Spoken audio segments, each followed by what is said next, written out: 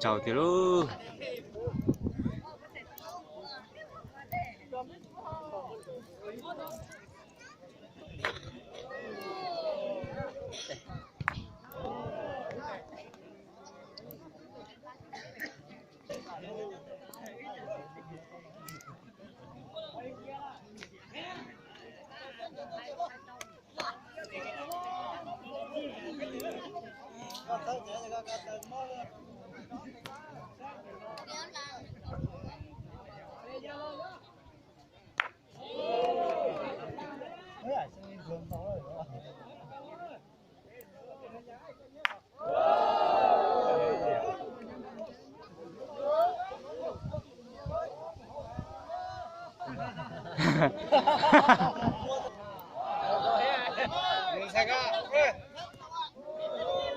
Mấy tiền lúc tới thì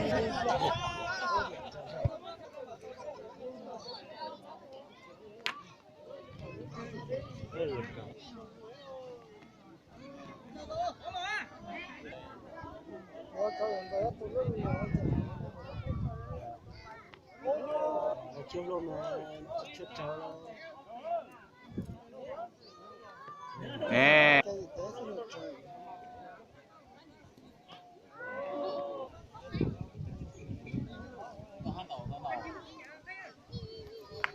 tiếp tục thế nào?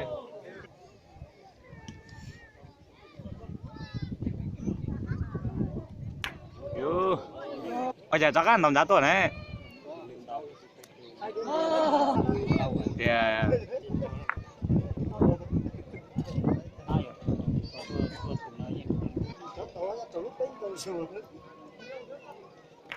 Wow.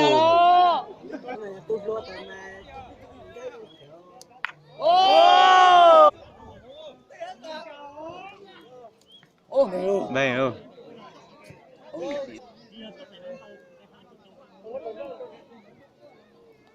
Ô, vậy nghe.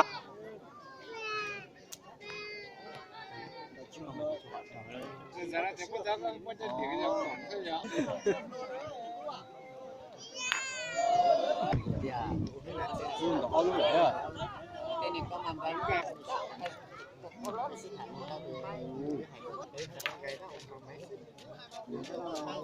Người tao mình chỉ dây cầm mà tao tôi lúc lon chặt đồ này. Giờ là. Tao tôi lúc đêm mà tệ mà đi. Đêm mà đêm. Sao mình từ lúc mùng cớm chị lúc tàu đó. Dạ.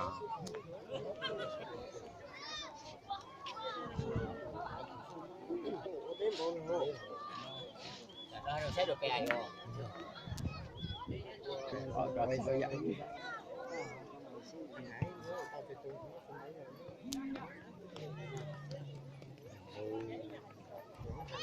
Cho tôi lúc lên để mà giờ dùng tới tè không mà sụt thảo kia na giờ.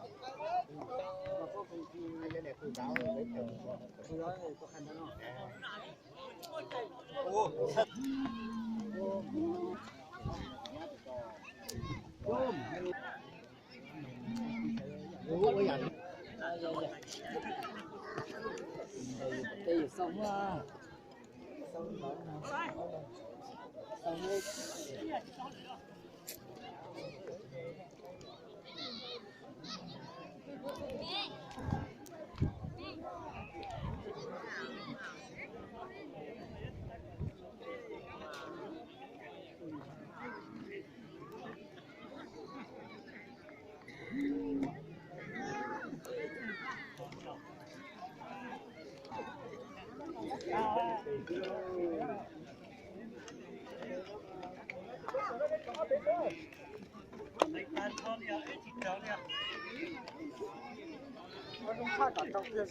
nhất kia nó rồi to nữa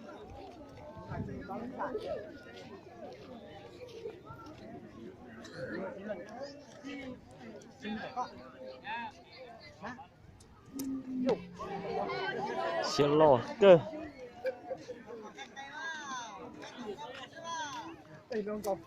Yeah.